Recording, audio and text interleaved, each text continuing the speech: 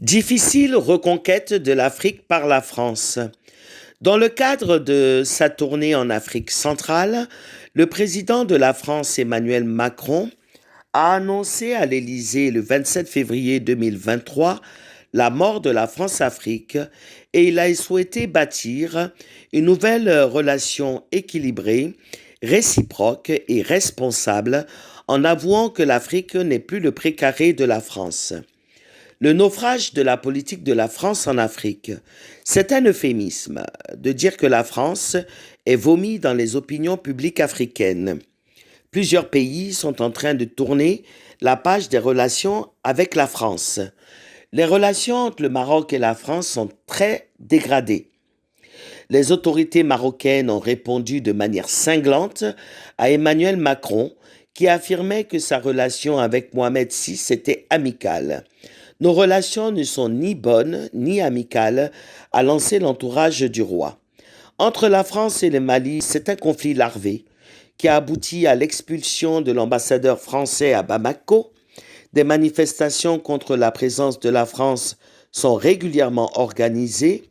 La fin de l'opération Barkhane, l'accusation de la France par le Mali de collusion avec les djihadistes, les relations bilatérales entre la France et le Mali n'ont cessé de se détériorer.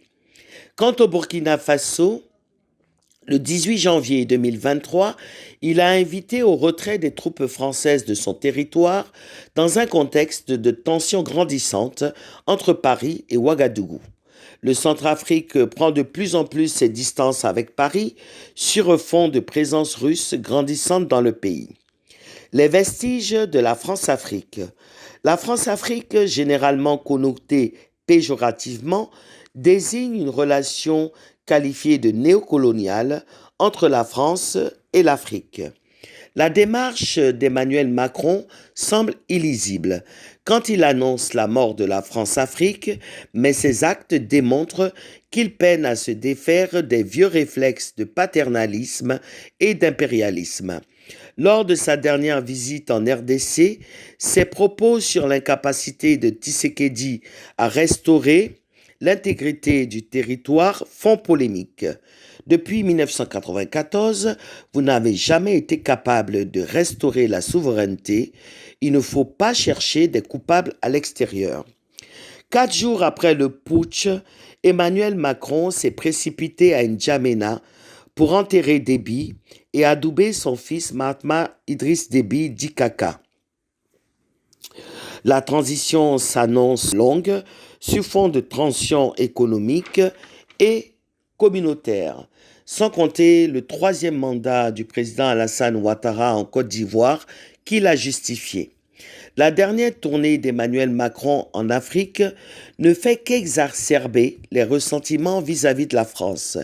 Le contentieux de la colonisation, des guerres et coups d'État successifs où elle a pris une part active, ne sont pas vidés. Autant Emmanuel Macron souhaite qu'on tourne la page pour avancer vers un partenariat nouveau, autant l'Afrique restaure son histoire émaillée de drames dont la France est comptable. En France, l'histoire de Jeanne d'Arc, Napoléon sont toujours enseignées. L'Afrique a aussi son histoire.